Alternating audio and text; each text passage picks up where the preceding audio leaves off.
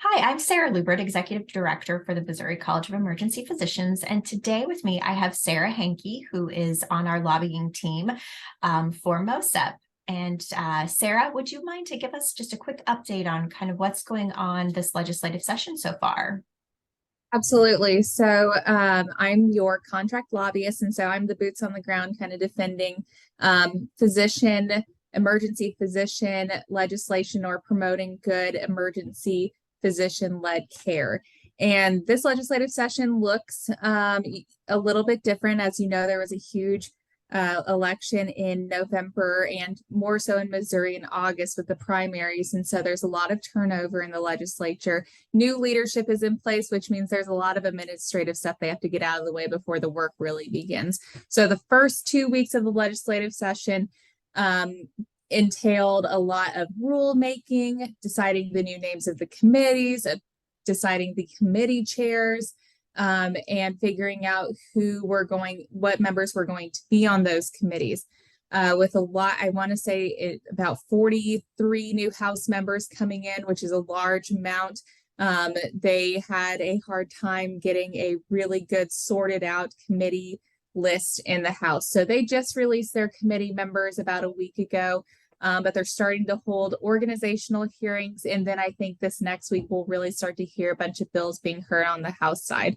As far as leadership goes, leadership races take place after the November election. All of the majority caucus gets together in both the House and Senate and elect their leadership. The speaker is Dean Plocker, who is from the St. Louis County area.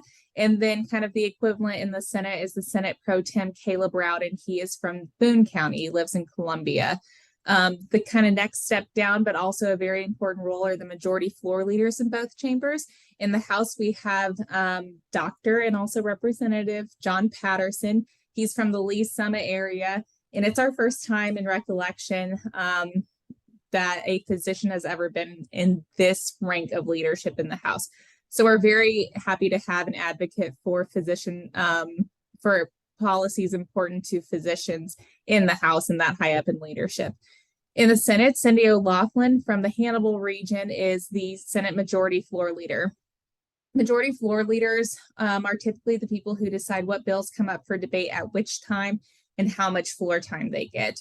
So now that all of those pieces have been set in place, committee chairs have begun to be assigned.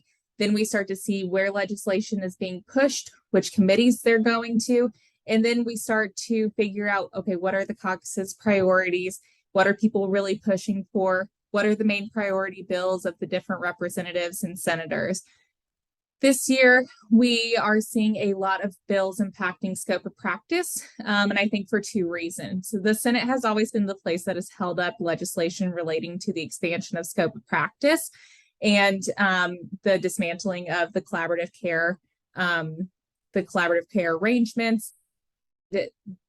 We have lost Bob Onder, who was also a physician in St. Charles. He termed out, but he was a staunch supporter of physician-led care and the collaborative practice arrangements.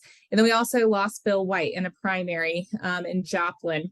And so those were the two who were kind of our blockades of, hey, any bills that are expanding scope of practice in an egregious way are not going to get through the Senate floor. With those two stopgates, and also we had the professional registration chair, Jeannie Riddle. She termed out as well, and she was always great in committee and wouldn't let anything that was harmful to the collaborative practice out of her committee. So this year we have the new senators. We have one of the biggest proponents for nurses' scope of practice expansion, Senator Nick Schroer, who ironically took Senator Bob Onder's seat. And we are hearing the bill that completely dismantles and just does away with collaborative practice on Thursday. We've been working with the chair of the committee. She understands the physician position, but she also needs to hear from the physician community themselves. So anytime that you want to come to the Capitol and talk about policies, we are here to help you. We are here to guide you through those meetings and give you some talking points.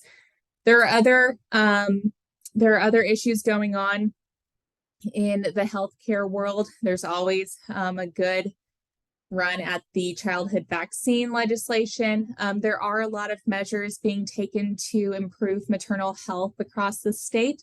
One of the biggest priorities of the Senate President Caleb Rowden is extending the postpartum benefits from that current 60 days for CHIP and Medicaid participants to the full year, which we know a lot of pregnancy related complications come within that year of postpartum, and not just in that 60 days. Actually, a lot of them, according to the Pregnancy Associated Mortality Review Report, a lot of those complications actually come from that 46 to a full year. So they are really pushing that. It's kind of a good bipartisan, good healthcare legislation that's going on. And then in this last week, the governor released his State of the State address. It kind of highlights what his priorities are this legislative session, what he would like to see done. A lot of talk around transportation. There is, for all of us in kind of that middle corridor of Missouri, there are talks of extending it to a 3-lane I-70, which would be phenomenal, I think. But there's also talks about funding the education formula, things of that sort. Our budget is not as flush as it was last year, with the lack of ARPA stimulus or any more federal stimulus coming down because of the pandemic. So it'll be interesting to see what they do budget wise, because the budget is a big piece of the governor's State of the State address. Other than that, I think looking forward, we just have a lot of substantive hearings coming up, and we'll be we'll be providing reports. But if you have any questions, always feel free to reach out to our firm. That's wonderful, Sarah. Thank you so much. And MOCEP also has our Advocacy Day coming up on February 28th. And in addition, we will be holding monthly legislative calls with the lobbying team in order to keep everybody apprised. So please sign up for those on our website, www.mocep.org.